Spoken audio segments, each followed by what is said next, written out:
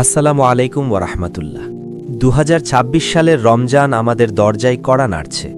আচ্ছা, আপনি কি কখনো ভেবেছেন যদি এই রমজানটি আপনার জীবনের শেষ রমজান হয়? আমরা প্রতি বছর রমজান পাই, কিন্তু কজন পারি এর পূর্ণ ফায়দা নিতে? কেউ হয়তো সাহরি আর ইফতারের আয়োজনেই সময় কাটিয়ে দিই, আবার কেউ মোবাইল স্ক্রোল করতে করতে রহমতের এই মূল্যবান সময়গুলো হারিয়ে ফেলি। কিন্তু এবার আর তেমনটা হবে না ইনশাআল্লাহ।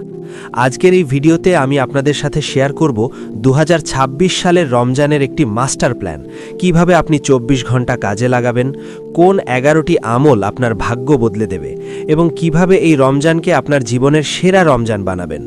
ভিডিওটি শেষ পর্যন্ত দেখুন, কারণ শেষে একটি বিশেষ দোয়ার কথা বলবো যা আপনার রমজানকে বরকতময় করবে। ভাইয়েরা আমার, রমজানের প্রস্তুতি রমজানে নয়, বরং শুরু করতে হয় তারও আগে থেকে। সাহাবায়ে কেরাম রাদিয়াল্লাহু আনহু রমজান আসার ৬ মাস আগে থেকে প্রস্তুতি নিতেন। ১. মানসিক প্রস্তুতি। আজই নিয়ত করুন, হে আল্লাহ, আমি এই রমজানটি আপনার সন্তুষ্টির জন্য সেরাভাবে কাটাব। ২. তওবা। আমাদের হৃদয়গুলো গুনাহে কালো হয়ে আছে, রমজান আসার আগেই তওবা করে হৃদয় পরিষ্কার করুন। ৩. কাজা রোজা। গত বছরের কোনো রোজা বাকি থাকলে তা শাবান মাসেই শেষ করুন। বাজেট ও কেনাকাটা। রমজানে যেন বাজারে ঘুরতে ঘুরতে সময় নষ্ট না হয়, তাই দরকারি কেনাকাটা রমজান শুরুর আগেই গুছিয়ে ফেলুন। মনে রাখবেন, রমজান খাওয়ার মাস নয়, এটি ইবাদতের মাস। রমজানে বরকত পেতে হলে একটি রুটিন খুব জরুরি। চলুন দেখে নিই ২০২৬ সালের রমজানে আপনার প্রতিদিনের রুটিন কেমন হওয়া উচিত। তাহাজ্জুদ ও সাহারি। এটি আল্লাহ তাআলার সাথে কথা বলার শ্রেষ্ঠ সময়। অন্তত ২ বা ৪ রাকাত তাহাজ্জুদ পড়ুন, এরপর সাহারি করুন। রাসূল সাল্লাল্লাহু আলাইহি ওয়াসাল্লাম বলেছেন, তোমরা সাহারি খাও, কারণ সাহারিতে বরকত রয়েছে। ফজর থেকে সূর্যোদয়। ফজরের পর মসজিদে বা জায়নামাজে বসে কোরআন তেলাওয়াত করুন। ইশরাকের নামাজ পড়ে ১-২ ঘন্টা ঘুমিয়ে নিতে পারেন। কর্মব্যস্ত দিন, সকাল ১০টা থেকে আসর। আপনি অফিসে থাকুন বা ব্যবসায়, সব সময় জিকিরে মশগুল থাকুন। কাজের ফাঁকে ফাঁকে সুবহানাল্লাহ, আলহামদুলিল্লাহ পড়ুন। মনে রাখবেন, আপনার প্রতিটি কাজই তখন ইবাদাত হিসেবে গণ্য হবে। আসর থেকে ইফতার। এটি দোয়া কবুলের গোল্ডেন টাইম। ইফতারের বিশাল আয়োজন না করে এই সময়টা তাসবিহ ও দোয়াই কাটান।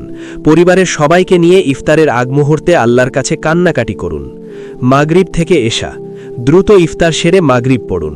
অতিরিক্ত খেয়ে শরীর ভারী করবেন না, কারণ সামনে তারাবিহ আছে। তারাবিহ ও বিশ্রাম।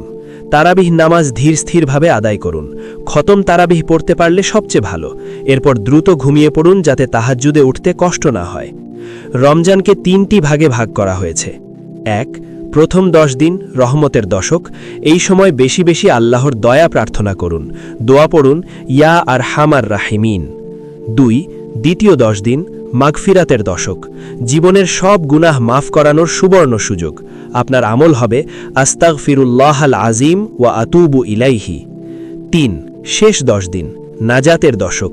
এটি সবচেয়ে গুরুত্বপূর্ণ। এই 10 দিনেই রয়েছে মহিমান্বিত শবে কদর। রাসূল সাল্লাল্লাহু আলাইহি ওয়াসাল্লাম শেষ 10 দিন ইবাদতে কোমর বেঁধে নামতেন। সম্ভব হলে ইতিকাফ করুন, না পারলে অন্তত বিজোড় রাতগুলোতে ২১, ২৩, ২৫, ২৭, ২৯ সারা রাত ইবাদত করুন। দোয়া করুন, আল্লাহুম্মা ইন্নাকা আফুউন তুহিব্বুল আফওয়া ফাআফু আন্নি।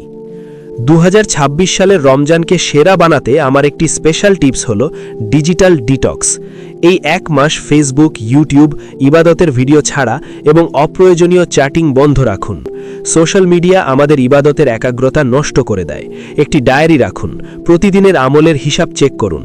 যদি আজ কোরআন পড়তে না পারেন, তাহলে নিজেকে নিজে শাস্তি দিন বা অতিরিক্ত দান করুন। দেখবেন আপনার অবচেতন মন আপনাকে ইবাদতে বাধ্য করবে।